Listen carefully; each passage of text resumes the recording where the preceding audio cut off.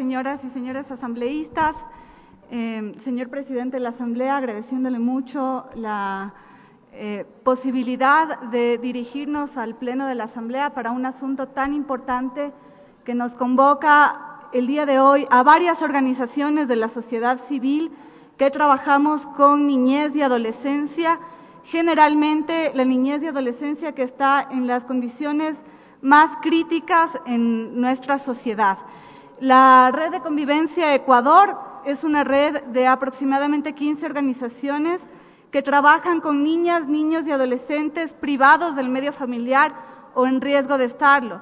Es decir, niñas, niños y adolescentes que han sido abandonados, que sufren de violencias múltiples y que por lo tanto han acudido por cuenta propia o generalmente derivados de instancias como la DINAPEN, Fiscalía, unidades judiciales, a organismos de protección especial, le hace casas de acogida u otro tipo de entidades de apoyo familiar, acogimiento familiar y custodia familiar.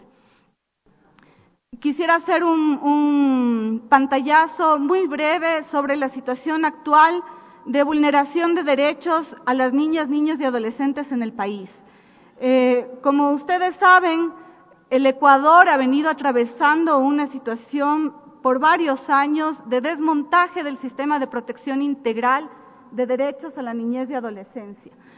Ese desmontaje ha recaído en una situación en la que contamos con débiles recursos institucionales para poder proteger los derechos de la niñez y adolescencia violentada en el país, y como contraparte hemos visto un incremento en las situaciones de maltrato, de violencia, en el acceso de las niñas, niños y adolescentes a servicios para el ejercicio de derechos, entre otras. Las estadísticas de maltrato, de violencia infantil a la niñez y adolescencia son alarmantes. Encontramos, por ejemplo, que los casos de abuso sexual en el país entre los años 2015 y 2017 son de 4.500 casos en apenas 2 años. La tasa de trabajo infantil está superando el 8%, cuando lo que se esperaba, de acuerdo al Plan Nacional de Desarrollo, era tener una tasa de trabajo infantil de apenas el 2%. Pero de acuerdo al Plan Nacional de Desarrollo se quería bajar a menos del 2%. En promedio existen 2.500 niñas, niños y adolescentes privados de su medio familiar que están en casas de acogida en el país. Uno de cada 4 niños en este país padece de desnutrición o malnutrición infantil, y existe un déficit de casi 80.000 docentes en el sistema educativo, sin hablar de consejeros y consejeras estudiantiles que son las responsables de atender situaciones de violencia. Es decir, la situación de la niñez y adolescencia en el país es crítica. Es crítica, señoras y señores asambleístas. Por favor, la siguiente.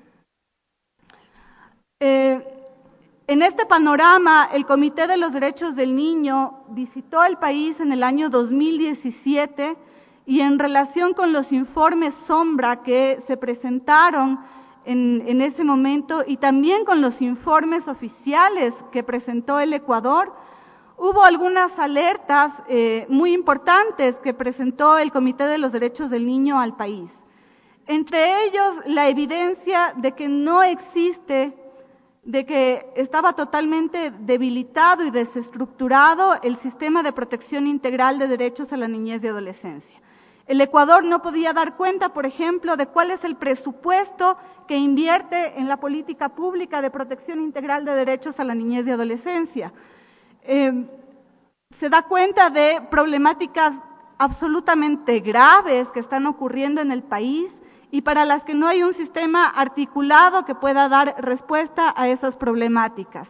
Los temas de violencia sexual, los problemas de acceso a servicios sociales para poder ejercer sus derechos económicos, sociales y culturales, y los derechos de desarrollo, de supervivencia, de participación, las graves problemáticas relacionadas con el trabajo infantil, la trata, la explotación sexual, en general toda la violencia contra la niñez y adolescencia estaba siendo muy poco atendida en ese momento en el país. Del 2017 hasta ahora han pasado ya 2 años y aunque el país todavía no cuenta con un sistema de protección integral, hemos visto que la Asamblea está haciendo un esfuerzo importante por impulsar una reforma al Código de la Niñez y Adolescencia que restaure ese sistema de protección integral. Sin embargo, la reforma por sí sola es insuficiente, señoras y señores asambleístas.